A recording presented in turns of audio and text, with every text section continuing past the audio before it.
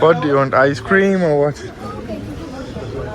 So you guys are like real foreigners for them. I am already not a foreigner for them. Exotic. So